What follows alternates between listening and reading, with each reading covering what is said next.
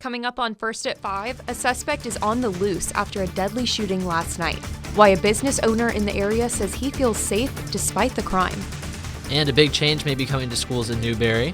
We're talking with the people who are involved with the initiative, including the folks at the City of Newberry Commission, to find out what the impact is going to be. The decision coming tonight that could change education in the city. Plus,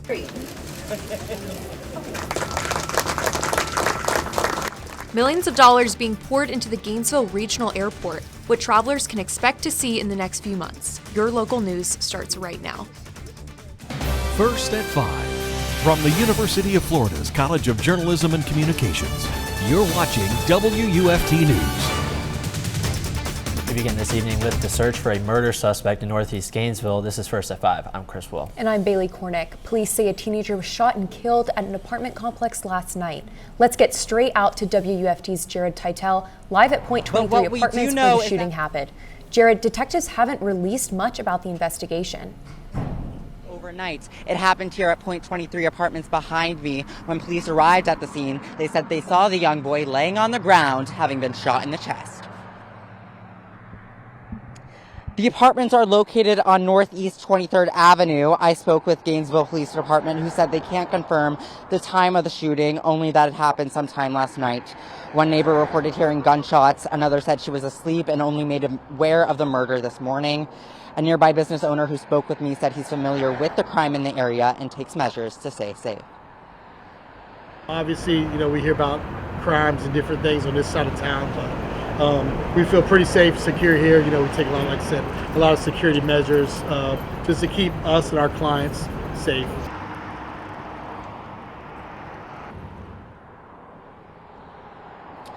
Within the last fiscal year, the city of Gainesville reported a total of 154 shooting incidents, including homicides. District 1, where Point 23 Apartments falls under, had the highest count of shooting homicides at 91.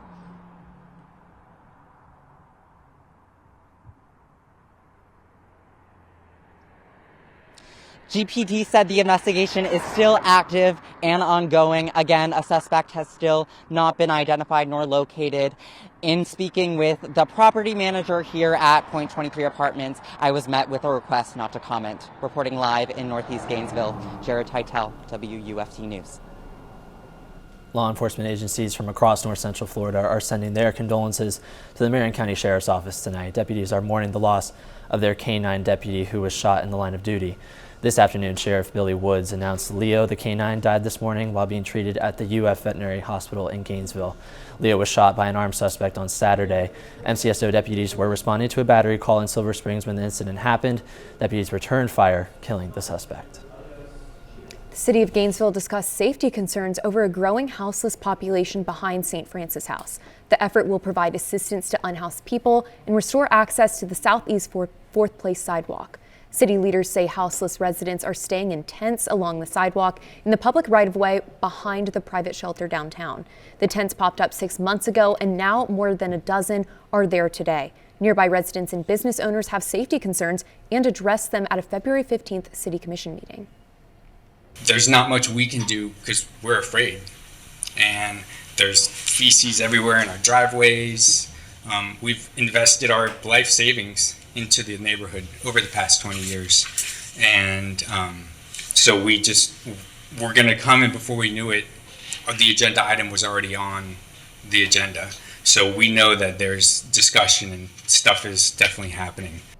After hearing similar reports of criminal activity, Mayor Harvey Ward approved reallocating $700,000 to provide support for houseless people. The on-site team will include staff from code enforcement and the Gainesville Police Department who will inform those staying on the sidewalk that their belongings must be moved out of the way. This morning, north central Florida felt the coldest temperatures of the month. Several spots in our area were actually below freezing this morning. UF forecaster Julia Haley is with us now to tell us more about the chill we've been feeling. Julia, is it going to be just as cold tonight? Chris, if you're a fan of the cooler weather, this morning was the morning for you. Live Oak, 29 degrees, even seeing some frost this morning. Gainesville, though, 34 degrees. But we are warming up tonight just a little bit, as your low will be 38 degrees, 39 in Ocala. So less of a chance for frost tonight. And also, we're seeing those sunny skies outside and also calm winds. So it's a great evening to get outside and just enjoy the sunshine. Maybe go for a walk this evening, especially as we have no cloud in sight. 67 degrees with some variable winds overall, and today is what tomorrow is going to look like as we start in the 30s and rise into the upper 60s. So you can definitely trade your iced coffee for some hot coffee tomorrow morning, but rising into the upper 60s. Chance for rain coming up. And the city of Gainesville will continue to run its cold night shelter program tonight in anticipation of the chilly weather. Families in need of shelter can now head to St. Francis House. Meanwhile, individual adults can enjoy a warm place to stay at Grace Marketplace. The program will remain active until Wednesday, as long as temperatures remain below 45 degrees Fahrenheit. We will soon learn if public schools in Newberry will convert to charter schools. School leaders will discuss the proposed change at the Alachua County Public School Board meeting tonight. WUFT's Derrah is live at ACPS headquarters. Derrah, you spoke with the officials about what these changes could mean for the future of schools in Newberry. Newberry Education First is a group comprised of local parents attempting to break away from Alachua County Public Schools. The committee hopes that this separation will improve the educational experience for parents, teachers, and students, and community stakeholders in general. Newberry Education First will discuss plans to convert public schools in Newberry to charter schools. Newberry Elementary, Oakview Middle, and Newberry High might be a part of Alachua County Public Schools no longer. First, teachers and parents in each school must vote to approve the conversion. If approved, all public schools in Newberry would be reclassified as charter schools starting in fall 2025. Many still have unanswered questions, including Alachua County Public Schools Public Information Officer Jackie Johnson. We need more information. We need to continue to have discussions with the folks who are involved in the initiative so we can determine what the impact is going to be, not just on those folks within the city of Newberry, but those outside the city of Newberry. This change raised concerns about funding being taken away from Alachua County Public Schools.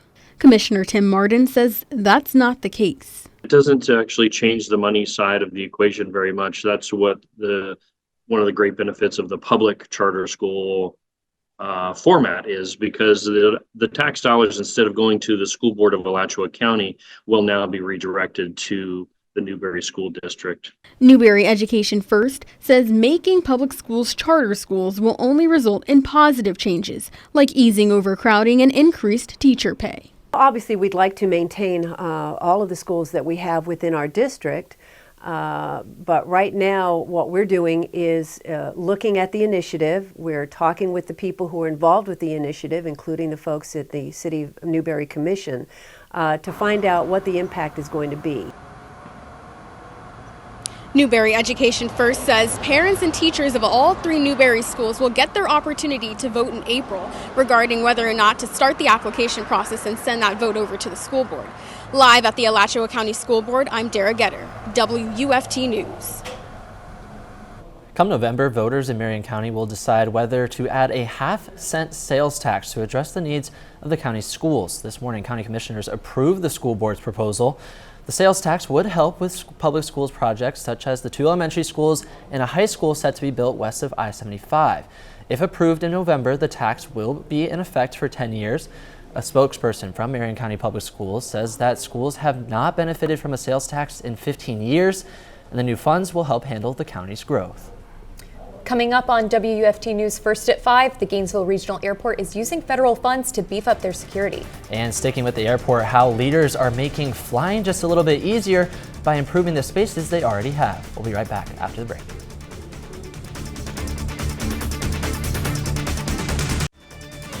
You're watching WUFT-TV News. The Gainesville Airport is pouring millions of funding into safety improvements. Over the summer, Gainesville Regional Airport received a federal grant to enhance infrastructure. WUFT's Kirsten Maselka joins us now to update you on the progress. Airport officials tell me they've prioritized safety improvements when allocating the federal grant funds. These changes are intended to help the airport expand its services to larger planes and serve more flyers. Gainesville Regional Airport is putting its more than $6 million federal grant into improving airport safety. It's just something that is crucial to the success and safety of an airport. The majority of funds will cover a new 24/7 fire rescue vehicle and the rehabilitation of the taxiway. The remaining money will come from the Florida Department of Transportation and the airport. Airport officials tell me the rehabilitation efforts aim to strengthen the taxiway so it can accommodate larger planes. Airplanes need their pavement just like cars do, need a smooth pavement that's strong enough to handle and withstand the rigors and pressures of the vehicles that are on them. Airport leaders also plan to replace the fire rescue trucks that are specialized to help mitigate and deal with airport-related incidents. The new truck is in the final design phase and is anticipated to arrive in August. Fire Rescue Lieutenant Dallas Baker says there is a lot of buzz surrounding the arrival. Oh, the firefighters here at the station, they're extremely excited about the new truck. And though he wishes new toys were more frequent, we would love to have them every 5 years, but I just don't think financially that's possible. They'll always be prepared in the case of an accident. We have a turret that's on the truck to put out fires. We have foam for liquid fires, for fuel fires. Airport officials want to make sure the more than 500,000 passengers that come through their terminal are as safe as possible. City leaders were also on hand at the airport this morning for a groundbreaking ceremony for their new parking garage. The new garage is expected to alleviate curb congestion at the airport by providing dedicated spacing for buses, taxis, and other ride-sharing companies. It will also include a lighted and covered waiting area, providing easier access for wheelchair-bound passengers and those with extra or heavier baggage. The garage will have more than 400 spaces and will be 4 stories tall. Live in the newsroom, Kirsten Maselka, WUFT News. This weekend will be the first weekend without rain in 3 weeks. But before that, I'm tracking your showers coming right up. You're watching WUFT-TV News. After some weekend showers, we have sunny skies for our Tuesday. Take a look, not a cloud in sight outside of the Ben Hill Griffin Stadium. 67 degrees, and we're dropping throughout this evening. And you can see on our radar as well, just staying sunny, not too many clouds even in our area, but we do have clouds off in the Atlantic. So we're really just seeing those sunny skies for our day. Temperatures are sitting a little bit higher than they were yesterday as we are starting to warm up. A little bit of a change from what we saw this morning with the coldest temperatures of the month. A 7-degree increase in Gainesville and also Ocala, 8 degrees even in Live Oak. And Live Oak was one of our colder places as well. Temperatures sitting in the 60s, 68 Ocala, 66 for Bronson. We are starting to get ready for some jacket weather as well as temperatures start to drop into the upper 30s by your morning. Clear skies overall, and if you are getting ready for the Florida versus North Florida game tomorrow, calm and cool conditions, but it's going to be sunny at first pitch.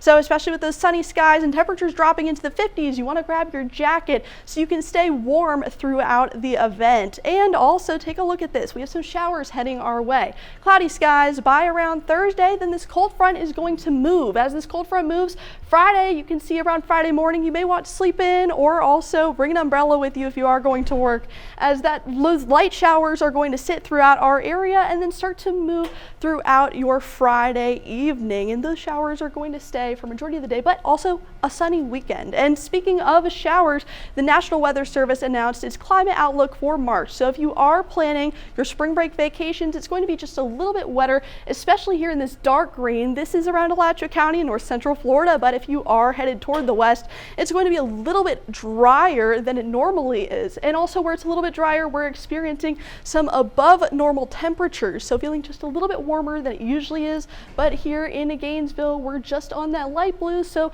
even feeling just a little bit cooler than we normally are in March. But if you take a look at our 7-day outlook, we're starting to warm up into the lower 70s with a chance for showers by Friday and then warming up again into the upper 70s. Back to you. Coming up in sports, the Gators softball team faced off against the Oklahoma State Cowgirls last night. See how Florida fared in the showdown between the two top 20 squads and more after the break.